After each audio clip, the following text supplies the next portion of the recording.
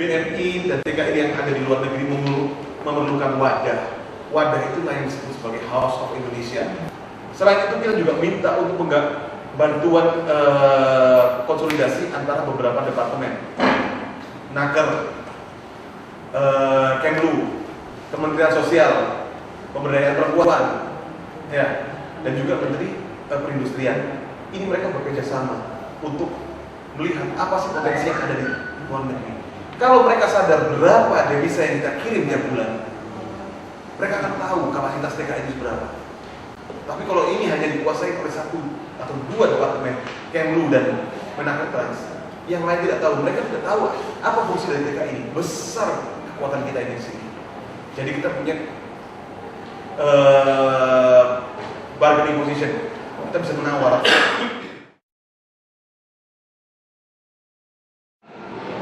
Secara objektif, akhirnya saya putuskan bulan Mei lalu untuk pada akhirnya pilihan saya jatuh ke pasangan nomor 1, yaitu Prabowo dan Hatta Rajasa.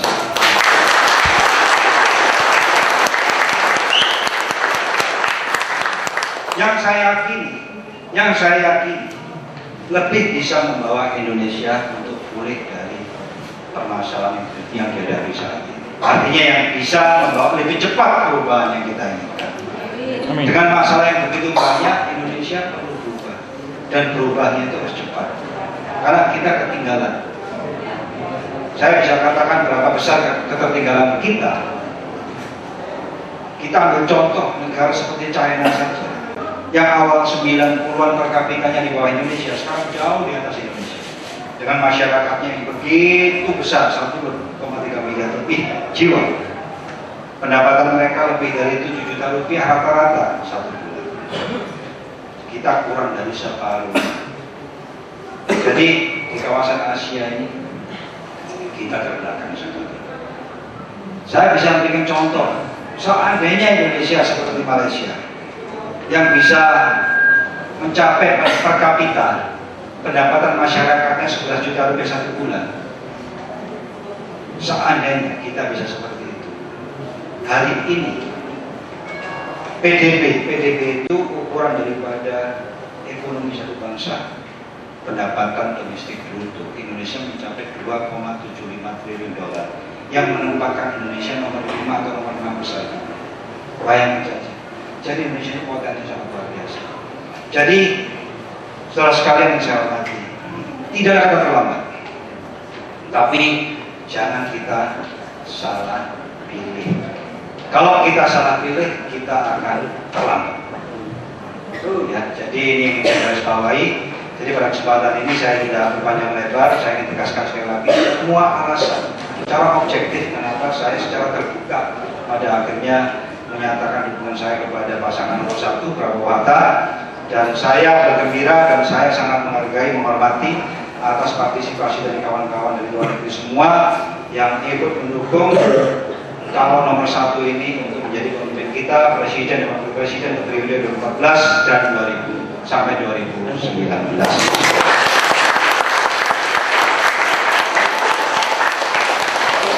Saya minta tolong bahwa kita semua punya kawan, punya keluarga, kita punya jaringan, tolong disebarkan. Saya yakin bantuan akan terjadi. Ya, bagaimana masyarakat kita di luar negeri, di Singapura, di Malaysia, di Korea, kemudian di Taiwan, di mana lagi, di Yaman, di Saudi Arabia, ya, kemudian di Hong Kong, bisa lebih memperoleh hal-hal yang lebih baik. Hanya untuk kita saja, tapi juga untuk saudara kita semua. Jadi Bapak Saudara sekalian yang saya cintai, yang saya hormati, saya ucapkan selamat dan terima kasih atas dukungannya. Tolong, kita sudah tidak punya waktu panjang. Pilpres sebentar lagi tanggal 9 Juli, kita kumandangkan secara tegas, secara lugas, juga kita sebarluaskan kepada kawan-kawan kerabat kita, semua simpatisan kita untuk sepenuhnya dukung calon nomor 1 yaitu Prabowo dan. Kita akan mendengarkan dari panitia pelaksana yang melatar belakangi deklarasi ini kami lakukan di tempat ini. Kami sampaikan waktunya kepada Bapak Razi Dalila. Assalamualaikum warahmatullahi wabarakatuh. Waalaikumsalam. Salam sejahtera kepada yang lain. Nama saya Syekh Razi Ali, saya perwakilan dari TKI Malaysia dan juga sebagai panitia pelaksana untuk acara ini. Latar belakang. Sebelum kita berbicara latar belakang, sebetulnya ada beberapa hal yang dari tenaga kerja Indonesia yang merasakan selama mereka berada di luar negeri. Intimidasi bukan artinya pukulan. Intimidasi bukan artinya pelecehan seksual, tapi cara seseorang memandang seseorang itu adalah intimidasi. Itu yang harus kita rubah, image TKI yang ada di luar negeri. Alasan itulah yang membuat kita menemukan berkumpulnya kami di sini untuk menegaskan dukungan kami pada adalah kewibawaan bangsa. Karena dalam penyelesaian suatu kasus ataupun menjaga jangan sampai adanya kasus, itu ada dua hal yang kita perlukan.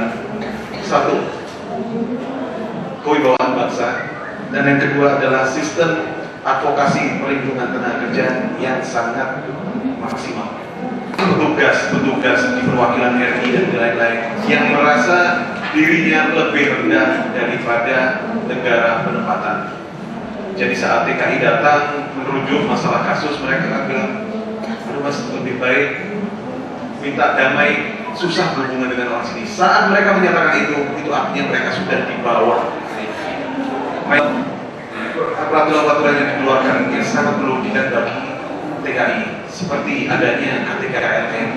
Untuk masalah advokasi perlindungan, negara sangat memerlukan aturan yang jelas untuk perlindungan BNI dan TKI yang ada di luar negeri. Perjanjian kerja terhadap tenaga kerja harus dilegalisasi dua pihak, negara penempatan dan negara pengirim. Bukan hanya seperti sekarang, kontrak kerja hanya diakui oleh pemerintah RI dan KBRI, tapi negara penempatan tidak mengakui hal tersebut. Akhirnya saat kita menunjukkan akte kontrak kita di pemerintah setempat, saat TKI menerima kasus yang mereka harus selesaikan, hal itu dikembalikan lagi, ini dari negara, bukan dari negara saya. Kepentingan kita untuk mengadanya MOU sangat penting, seperti dinyatakan dalam Undang-Undang Nomor 39 bahwa tahun 2004 bahwa negara-negara tanpa MOU penempatan tenaga kerja bisa dinyatakan ilegal penempatan. Kita perlukan satu leadership yang punya wibawa, yang akhirnya negara kita disegani oleh negara lain, bukan ditakuti. Karena kalau ditakuti mereka tidak akan menikmati TKI lagi, tapi disegani dan juga perlindungan yang kuat bagi para TKI dan BNI. Dan kami yakin itu semua ada di Bapak Prabowo.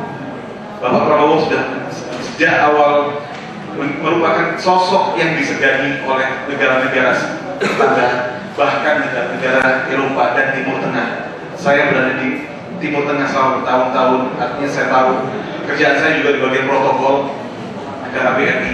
Bagaimana respect mereka terhadap Bapak Prabowo.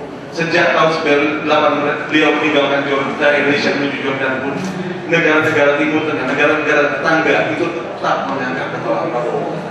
Karena itulah kami yakin dengan Bapak Prabowo menjadi presiden RI, nasib kita lebih terangkat, nasib TKI, BNI lebih stabil, dikarenakan negara penempatan akan menghormati kita karena mereka menghormati negara Indonesia.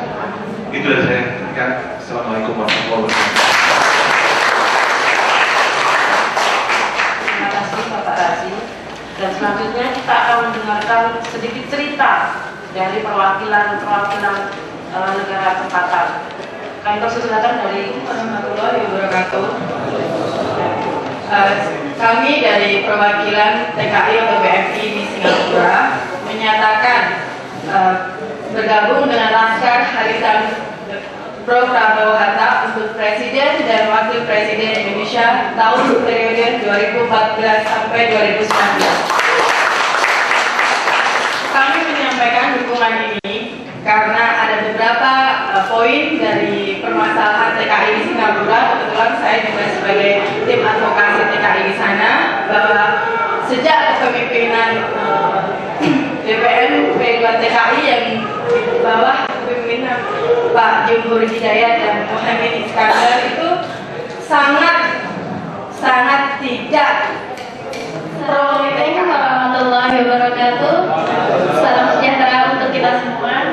Saya mewakili buruh migran dari Hong Kong menyatakan dukungan untuk calon presiden nomor 1 Prabowo nomor 39 tahun 2004. Di sini KTKLM tidak berfungsi sama sekali bagi BRI. KTKLM ini justru menindas, memberi kesempatan bagi calon-calon untuk memeras di sini. Nah, sedangkan KTKLM ini di negara penetapan itu tidak dipahami. Yang kami hormati Bapak Haidar Hussein, rekan-rekan sekalian, kami ucapkan terima kasih sebelumnya. Kami perwakilan dari buruh migran Saudi Arabia menyatakan sangat bersyukur dengan acara ini yang difasilitasi oleh Laskar Bapak Hari dan Sunyo. Kami sebetulnya momen ini kami sangat menunggu, dan hari ini untuk BRI Saudi Arabia kami nyatakan mendukung Bapak Prabowo dan Hatta semenjak awal sejak proyek ini terjadi.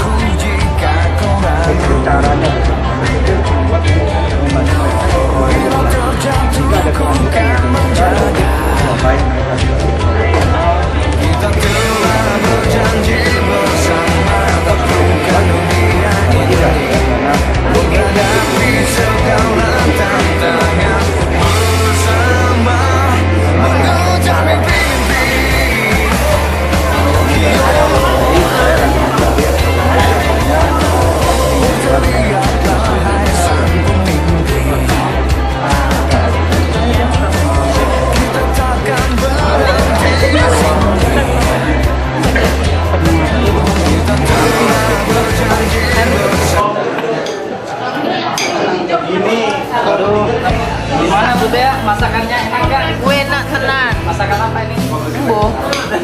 Padang. Masakan Padang. Ini pisang. Ini punya siapa? Punya Ayu masih berani. Aku pengen. Waduh, ini gajahnya makan apa?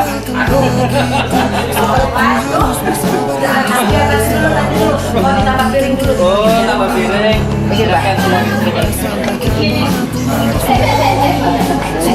Iki loh, ketok. Habis. Tunggu dulu sebentar.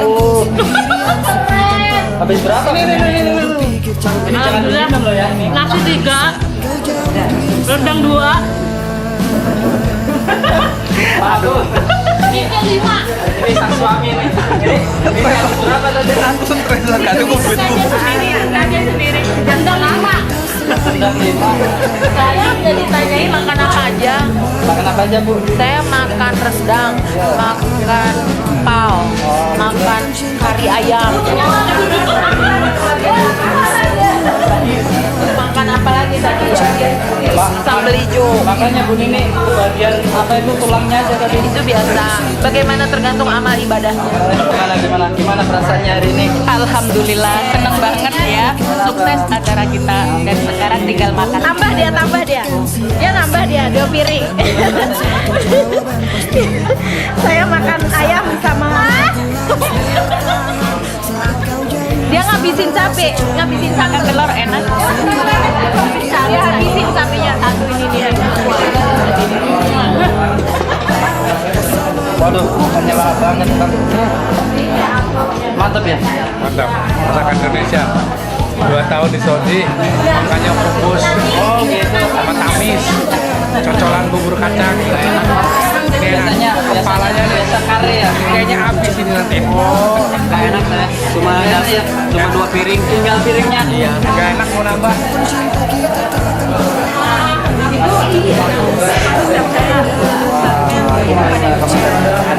Luar biasa acaranya hari ini. Cotak.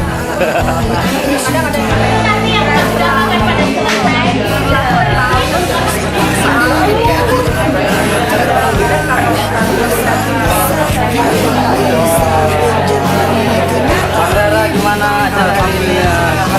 Alhamdulillah acara ini sukses. Mudah-mudahan para BMI akan terbuka, akan mencoblos itu Bapak Prabowo dan Bapak Hatta sebagai Presiden Republik Indonesia tahun 2014-2019. Oke, nomor 1. Gimana Pak? Mantap ya? Mantap. Besok jangan lupa ikut.